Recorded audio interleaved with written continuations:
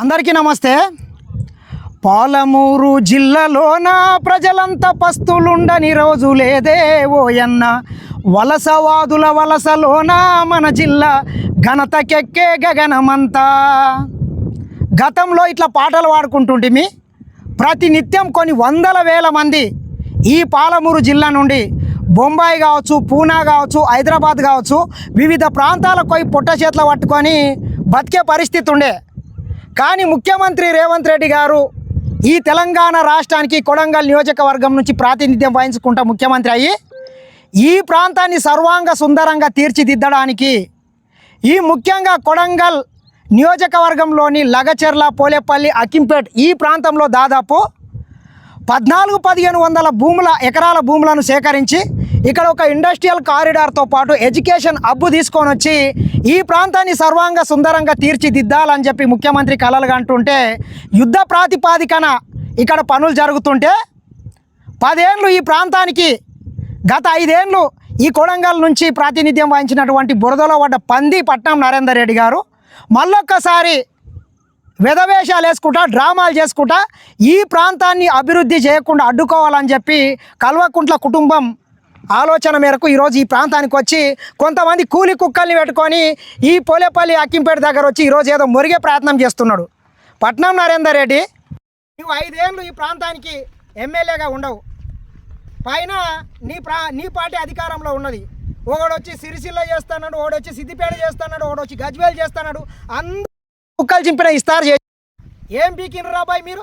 5 ఏళ్ళు ఉండి ఈ కొడంగల్ ప్రాంతానికి నీళ్లు తెచ్చిండ్రా? కొడంగల్ ప్రాంతంలో ఒక డబుల్ బెడ్రూమ్ కట్టినరా? ఒక దళితునికైనా 3 ఎకరాల భూమి ఇచ్చిండ్రా? మరి మీరు పీకింది ఏంది, నాటింది ఏంది, కట్టలు మళ్ళీ ఏం పీకపోను ఈరోజు ఈ కొడంగల్లో జరుగుతున్నటువంటి అభివృద్ధి మీద కుట్రాలు చేసుకుంటా, కుతంత్రాలు చేసుకుంటా ఇక్కడ తిరుపతి రెడ్డి వచ్చి ఇదంతా మొత్తం కబ్జా చేసిండని రాస్తావు, ఆడ పోయి రేవంత్ రెడ్డి చేసిండని చెప్తావు, ఇంకో పక్కన నరసింహారెడ్డి చేసిండని చెప్పడానికి నీకు కనీసం సిగ్గుండాలే. దిక్కుమాలినోడా.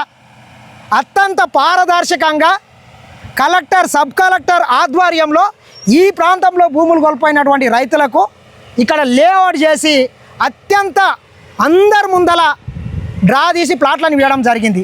అయినా కానీ నీకు సిగ్గుశరం లేకుండా ఇక్కడ ఏదో అవినీతి జరిగింది, ఏమో పీక్తా, నాడతా, కట్టలు కడతా అంటే ప్రజలేం ఎర్రోళ్ళు గారు. ఈ ప్రాంతం మీద వాళ్ళ కమిట్మెంట్ ఉన్నది. రేవంత్ రెడ్డి గారు, తిరుపతి రెడ్డి గారి గురించి నువ్వు తక్కంచనేకు.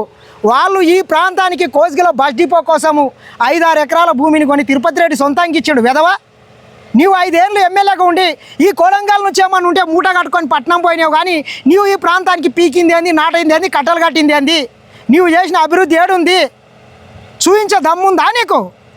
కాబట్టి ఇక్కడైనా నీ సిగ్గులేని మాటలు ఈ రకంగా మాట్లాడావు అనుకో, చెప్పు తీసుకొని కొడంగల్ చౌరస్తా కూడా రాని బిడ్డ నేను అనుకున్నావు.